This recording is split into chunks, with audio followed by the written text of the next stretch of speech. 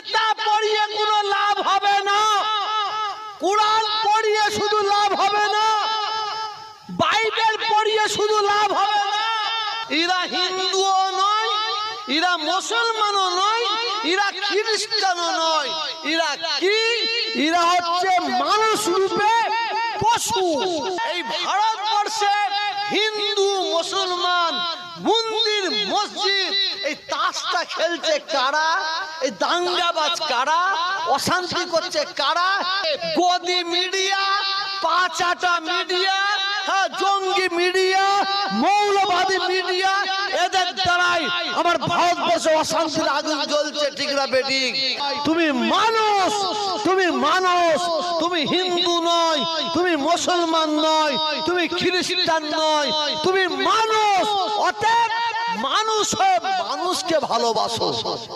খুব ইম্পর্টেন্ট কথা বলছি। আজকে ব্রিগেডের ময়দানে আমার হিন্দু ভাইয়েরা তারা ঘোষণা করেছে আমরা 5 লক্ষ মানুষ নিয়ে গিয়ে ওখানে এ পাঠ করব, কি বলে, গীতা পাঠ করব।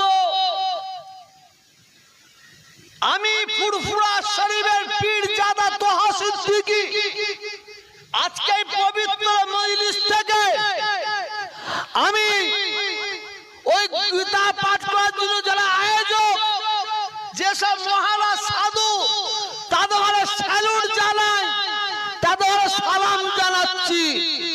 কারণ তারা গীতা পাঠের অনুষ্ঠান করেছে। ওই গীতা পাঠের অনুষ্ঠানের মাধ্যম দিয়ে কিছু দুপায়ে মার্কা পশু, কিছু জানোয়ার, কিছু অসৎ চরিত্রের মানুষ, কিছু দাঙ্গাবাজ, কিছু চিটিংবাজ, তারা আজকে মানুষের মতন মানুষ হবে।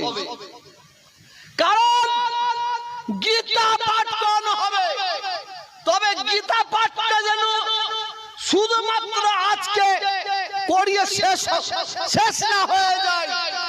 গীতা পড়িয়ে কোনো লাভ হবে না, কুরআন পড়িয়ে শুধু লাভ হবে না, বাইবেল পড়িয়ে শুধু লাভ হবে না। প্রত্যেকটা ধর্মের ধর্মগ্রন্থ যদি তাদের ধর্মের মানুষগুলো পড়তো, তাহলে একটা ধর্মের মানুষ পাথর নিয়ে মসজিদের দিকে নিক্ষেপ করতো না, একটা মানুষ পাথর নিয়ে মসজিদের মন্দিরের দিকে নিক্ষেপ করতো না, একটা মানুষ পাথর নিয়ে গির্জার দিকে নিক্ষেপ করতো না।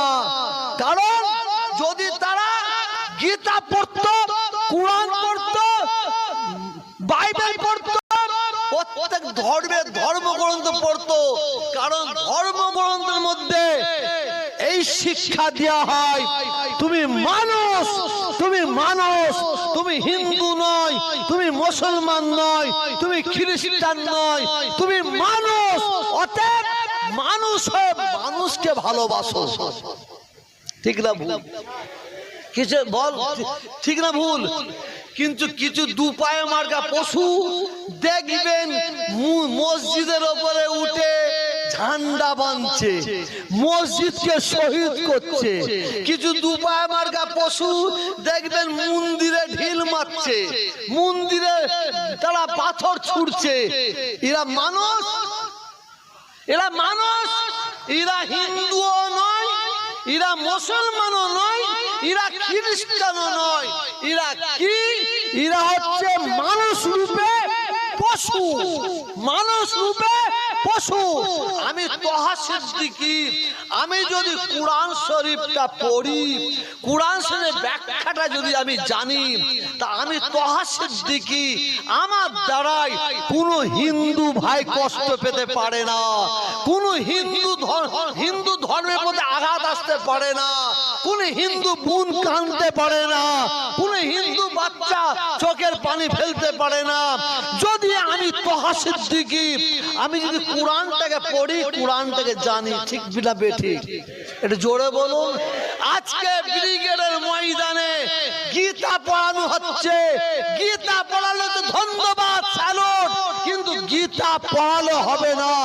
গীতার মধ্যে কি বলছে সেইটা ওই দুপায়ে বাঁধা পশুগুলোকে জানাতে হবে। ওই দুপায়ে বাঁধা পশু ওরা যদি জানতে পারে, ওরা কোনোদিনই মুসলমানদের সঙ্গে দাঙ্গা করতে পারবে না, মুসলমানদের মসজিদে আঘাত করতে পারবে না, মুসলমানের মা বোনের ইজ্জত নিয়ে খেলা করতে পারবে না। যদি তারা আঘাত করে, মসজিদে আঘাত করে, মা বোনের ইজ্জতে আঘাত করে, তাহলে তারা হিন্দু নয়, তারা হিন্দু নয়, তারা দুপায়ে মার্কা পশু। ঠিক না বেঠিক? একটু জোরে বলুন, জোরে বলুন। আশা হ্যাঁ, আমি কি ভয় খাচ্ছি? আমি তো সব ধর্মের কথা বলছি। আমার যদি কোনো মুসলমান ভাই হিন্দু ভাইদের মন্দিরে আঘাত করে, হিন্দু মায়েদের ইজ্জতে আঘাত করে, সম্মানে আঘাত করে, ও হারামজাদা মুসলমান? এটা জোরে বলুন। মুসলমান মুসলমান হতে পারে না। অতএব এই ভারতবর্ষে হিন্দু মুসলমান মন্দির মসজিদ এই তাসটা খেলছে কারা? এই দাঙ্গাবাজ কারা? অশান্তি করছে কারা? এরা হচ্ছে চৈত্রের রাজনীতির নেতা নেত্রী। ঠিক না বেঠিক? জোরে বলুন, জোরে বলুন।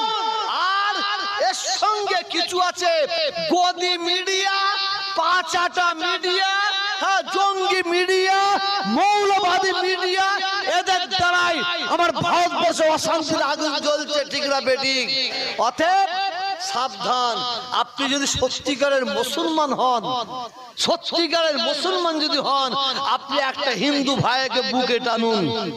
আপনি যদি সত্যিকারের হিন্দু হন, একটা মুসলমান ভাইকে বুকে টানুন।